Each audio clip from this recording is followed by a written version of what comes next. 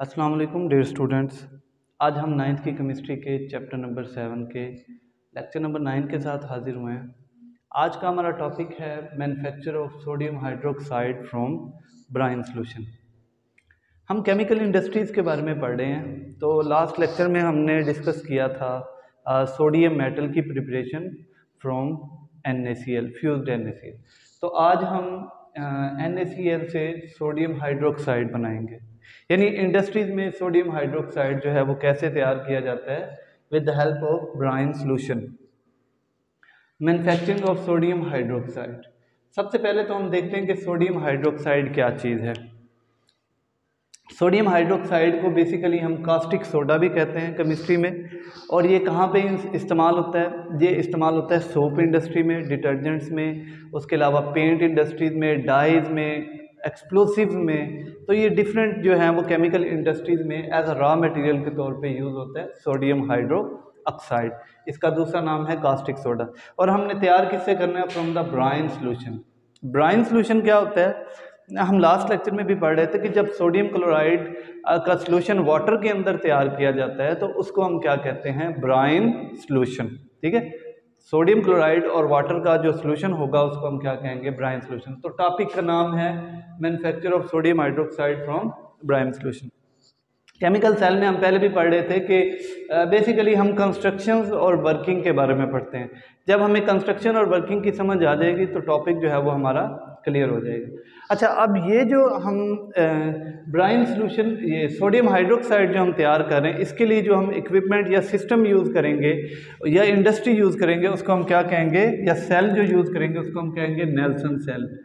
और Nelson cell basically ये electrolytic cell की एक टाइप है। जैसे हमने डाउन सेल पढ़ा, जैसे हमने इलेक्ट्रोलाइसिस ऑफ वाटर के बारे में पढ़ा, इसी तरह से ये जो नेल्सन सेल है ये भी इलेक्ट्रोलाइटिक सेल की एक टाइप है। मीन कि इसमें भी नॉन स्पॉन्टेनियस केमिकल रिएक्शन होंगे, यानी हमें बैटरी की ज़रूरत पड़ेगी केमिकल रिएक्शन करवाने के लिए। ये चीज़ क्लियर होगी।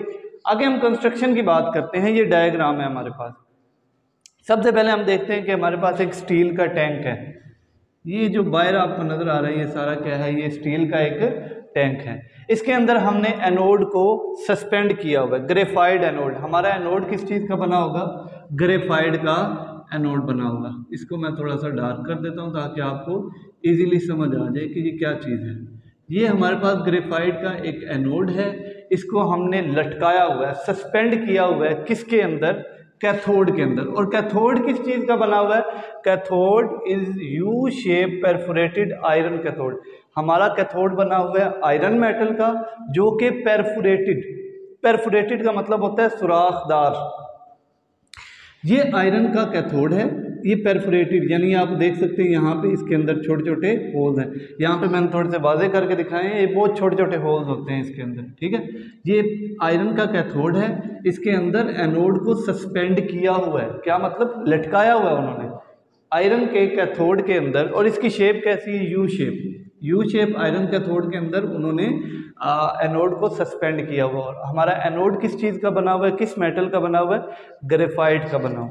यहाँ तक क्लियर हो गया। उसके बाद नीचे एक आपको बेसन नज़र आ रहा है, इसको हम कहेंगे कैच बेसन। जो हमारा प्रोडक्ट होगा सोडियम हाइड्रोक्साइड, वो इस सिस्टम में से निकल के कैच बेसन में जाएगा और वो उसे कलेक्ट करेगा।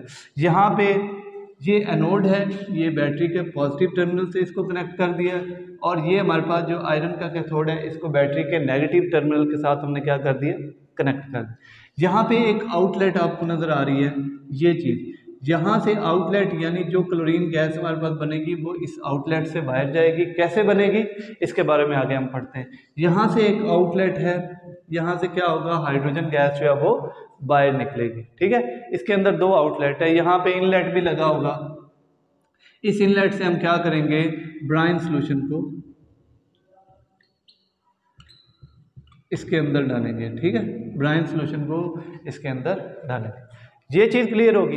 इसके अलावा जो इसमें मेन चीज़ है जो बाकी सेल से थोड़ी सी डिफरेंस है, वो ये है कि एस्बेस्टॉस का डायाफ्राम यूज़ किया गया है इसमें। ये कैथोड जो है इसके अंदर एस्बेस्टॉस की लाइनिंग है, यानी इसको एस्बेस्टॉस से अंदर से लाइन किया गया है। ठीक है, ये जो आपको ब्लू कलर की लाइनिंग नज़र आ रही है, ये कैथोड के अंदर एस्बेस्टॉस की लाइनिंग की गई। अब एस्बेस्टॉस क्या चीज़ है? Asbestos is a fibrous silicate material. Fibre का बना हुआ एक मटेरियल है। इसका क्या काम है? ये दो कंपार्टमेंट को सेपरेट करता है, ठीक है, या आप ऐसे कह लो कि जो सोल्यूशन के आयंस हैं उनको आपस में इंटरमिक्स नहीं होने देता। जैसे हमने लास्ट में पढ़ा था स्टील गाज, यानी हमने स्टील की एक जाली इस्तेमाल की थी लास्ट वाले लेक्चर में। इसी तरह हम यहाँ पे एस्बेस्टॉस का डायाफ्राम यूज़ करेंगे नेल्सन सेल में। उसका क्या काम होगा कि वो हमारे प्रोडक्ट सोडियम हाइड्रोक्साइड को क्लोरीन गैस के साथ रिएक्ट नहीं करने देगा। अगर हम एस्बेस्टॉस यूज़ नहीं करेंगे तो सोडियम हाइड्रोक्साइड यानी जो हमारा प्रोडक्ट है वो दोबारा क्लोरीन के साथ रिएक्ट करके वो दोबारा दूसरी चीज़ बना देगा जो कि हमें डिज़ायर नहीं है, जिसकी हमें ज़रूरत नहीं। तो इसलिए हम क्या करते हैं, एस्बेस्टॉस डायाफ्राम के इसके अंदर लाइनिंग कर देते हैं। यहाँ तक क्लियर हो गया?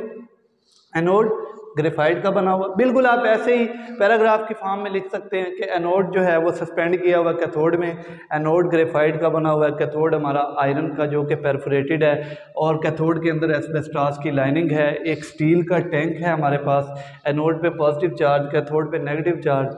एक हमारे पास क्लोरीन गैस के लिए आउटलेट है, एक हाइड्रोजन गैस के लिए आउटलेट है। इसके अलावा कैच बेसन हमने यहाँ पे लगाया हुआ है जो कि सोडियम हाइड्रोक्साइड को क्या करेगा, कैच करेगा, ठीक है।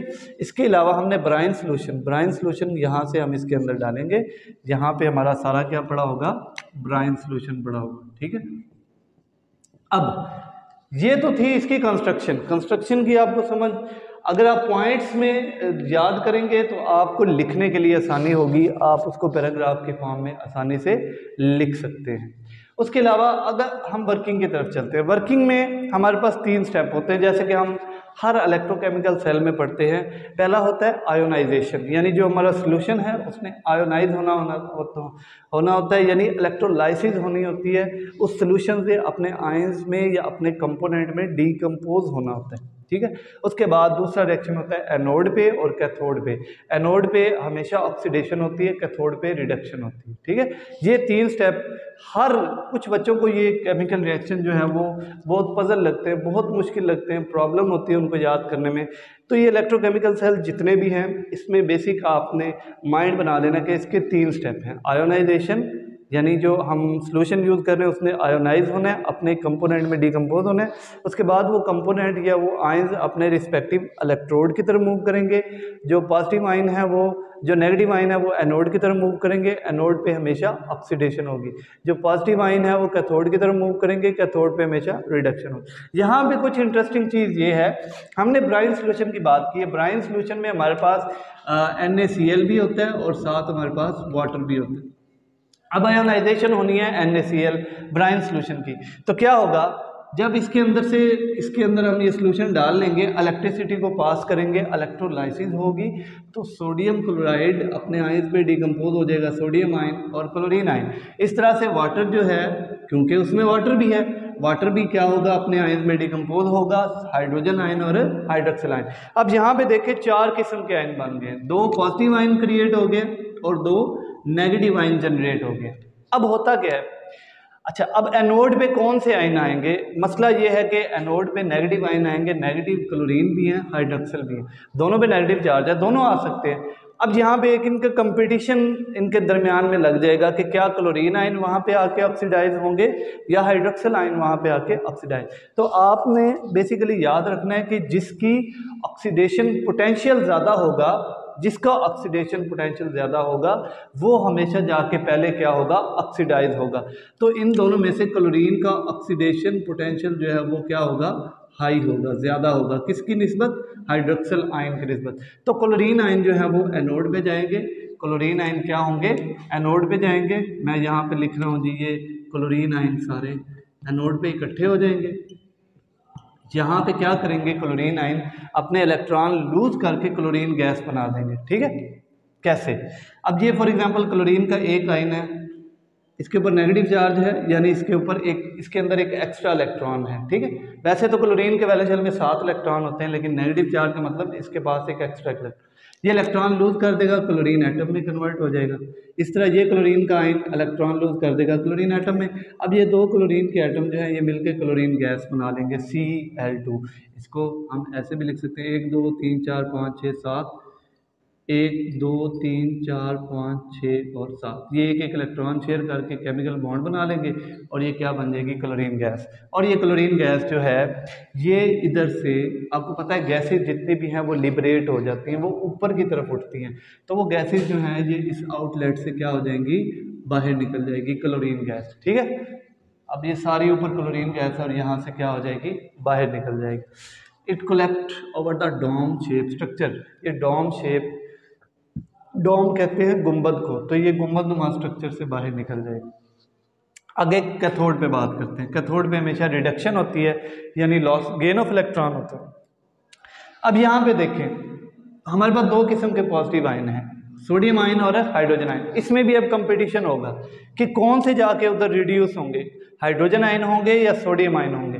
तो रिडक्शन पावर जो है, रिडक्शन पोटेंशियल जो है वो हाइड्रोजन का ज़्यादा होता है, किसकी निस्बत, सोडियम की निस्बत। आपने ये बात याद रखनी। इसीलिए हाइड्रोजन आयन जो है वो क्या करेंगे, कैथोड पे जाके जमा हो जाएंगे हाइड्रोजन आयन। ठीक है, कैथोड पे जाके ये क्या हो जाएंगे, जमा हो जाएंगे हाइड्रोजन आयन, और यहाँ पे आके क्या करेंगे, ये इलेक्ट्रॉन गेन कर लेंगे। आपको पता है कि हाइड्रोजन इसके ऊपर पॉजिटिव का मतलब है कि इसने एक इलेक्ट्रॉन लूज किया हुआ है, एक इलेक्ट्रॉन की कमी है, तो वो एक इलेक्ट्रॉन गेन, जो क्लोरीन ने इलेक्ट्रॉन लूज किए हैं दो, वही हाइड्रोजन आयन इलेक्ट्रॉन क्या कर लेंगे, गेन कर लें। तो ये एक इलेक्ट्रॉन गेन किया हाइड्रोजन एटम, फिर एक इलेक्ट्रॉन गेन किया हाइड्रोजन एटम, दो हाइड्रोजन के एटम, ये अपना एक एक वैलेंस इलेक्ट्रॉन शेयर करके ये क्या कर लेंगे, मॉलिक्यूलर हाइड्रोजन के फॉर्म में कन्वर्ट हो जाएंगे। तो ये हमारे पास क्या बन जाएगी, मॉलिक्यूलर हाइड्रोजन। और मॉलिक्यूलर हाइड्रोजन जो है यहाँ से ये इधर सारी जो है वो कैच बेसन से ऊपर सारी मॉलिक्यूलर हाइड्रोजन है, जो कि इस आउटलेट से क्या हो जाएगी, बाहर निकल जाएगी। ठीक है, वो इस कैथोड से बाहर आएगी और यहाँ से हाइड्रोजन गैस जो है वो बाहर लिबरेट हो जाएगी, बाहर निकल जाएगी। तो ये हमारे पास था रिडक्शन। कैथोड में क्या हो रही है, रिडक्शन, गेन ऑफ इलेक्ट्रॉन। अब हमारे पास क्लोरीन आयन भी ऑक्सीडाइज हो गया, हाइड्रोजन आयन क्या हो गया, रिड्यूस हो गया। अब हमारे पास सोडियम और हाइड्रोक्सिल आयन बचे। ये सोडियम और हाइड्रोक्सिल आयन जो हैं ये यहाँ पे इकट्ठे हो जाते हैं, सोडियम आयन और हाइड्रोक्सिल आयन यहाँ पे इकट्ठे हो जाएंगे, ये आपस में रिएक्ट करके सोडियम हाइड्रोक्साइड बनाएंगे, जो कि ड्रॉप वाइज जो है वो यहाँ से गिरना शुरू हो जाएगी और वो कैच बेसन में हम क्या कर सकते हैं, उसको कलेक्ट कर सकते हैं। ठीक है, सोडियम और हाइड्रोक्सिल आयन। अब ये सोडियम, दो सोडियम के आयन, दो हाइड्रोक्सिल के आयन, ये क्या बना देंगे, सोडियम हाइड्रोक्साइड। ये क्या चीज़ है, हमारे पास प्रोडक्ट है, इसको कास्टिक सोडा भी कहते हैं। तो ये कैच बेसन में तैयार हो जाएगी। ये क्लोरीन और हाइड्रोजन ये हमारे पास बाय प्रोडक्ट है, यानी ये एक्स्ट्रा चीज़ है।